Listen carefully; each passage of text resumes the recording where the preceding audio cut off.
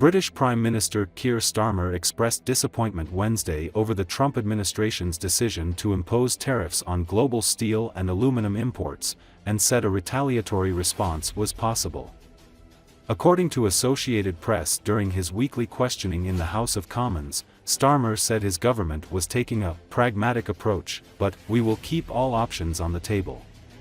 Starmer, leader of the center-left Labour Party, said negotiations with the Trump administration over a bilateral trade deal were ongoing. Starmer was responding to a question from the leader of the centrist Liberal Democrats, Ed Davey, who said the UK should be taking a more robust approach with the US president like the Europeans and like the Canadians.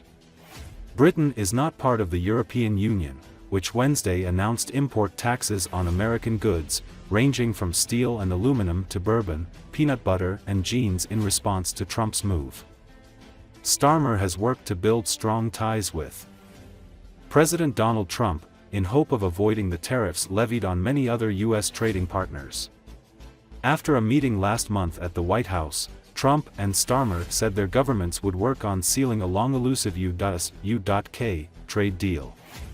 The tariffs are a new blow for Britain's once mighty steel industry, which has shrunk dramatically from its 1970s peak and now accounts for 0.1% of the economy. Thousands of jobs are due to be lost at the country's biggest steelworks, at Port Talbot in Wales, as owner Tata Steel tries to make the unprofitable plant leaner and greener. Trade body UK Steel said that in 2024, Britain exported 180,000 metric tons of steel to the United States, about 7% of the UK's total steel exports by volume and 9% by value. The aluminum industry says the US market accounts for 10% of UK exports.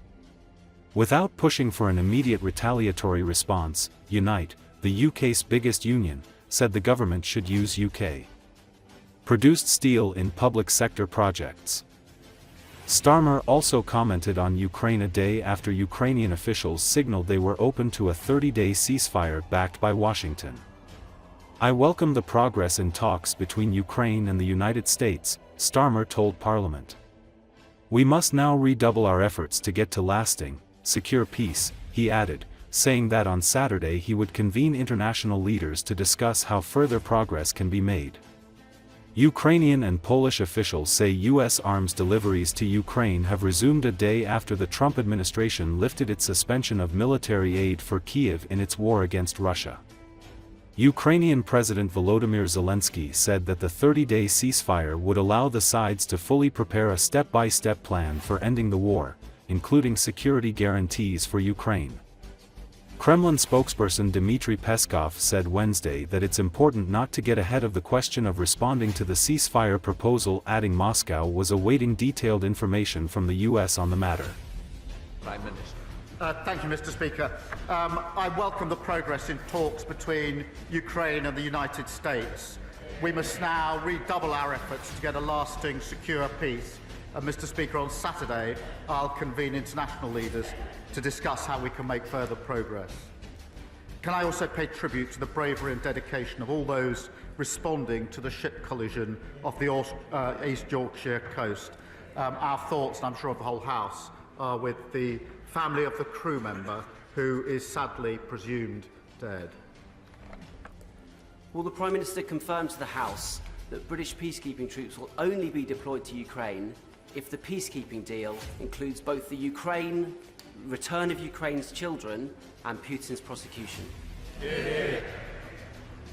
Well, Mr. Speaker, firstly I thank you for raising this issue because it is an absolutely terrible case of abduction and kidnapping.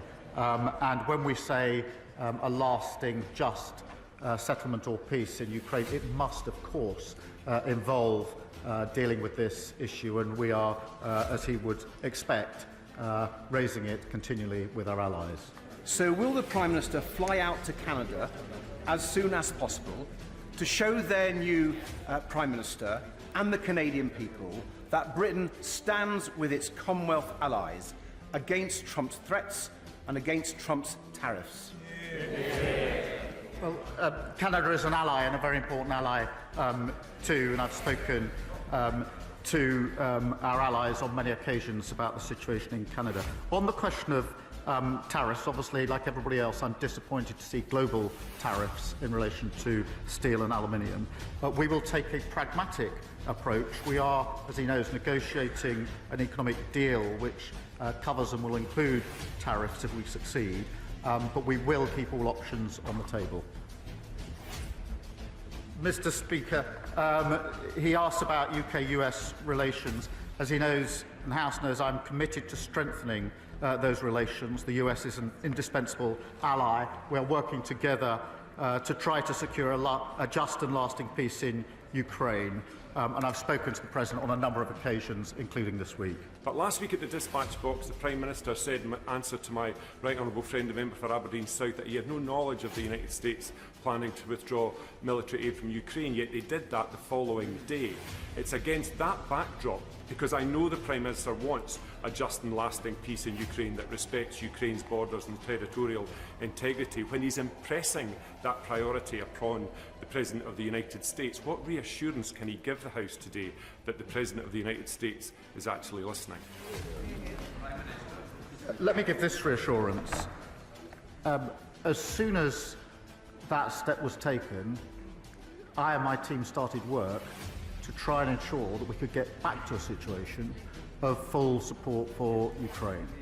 I won't detail everything that was involved over the last week. I can assure him and the House a huge amount of hard work, discussions and diplomacy was used with all of our allies and others to ensure that we could get yesterday to go as well as we hoped it would. I am pleased that we made progress. I think that's very important for Ukraine, and I'm extremely pleased that support has been put in, backed by the US for Ukraine. So that's what I did once I understood what had happened.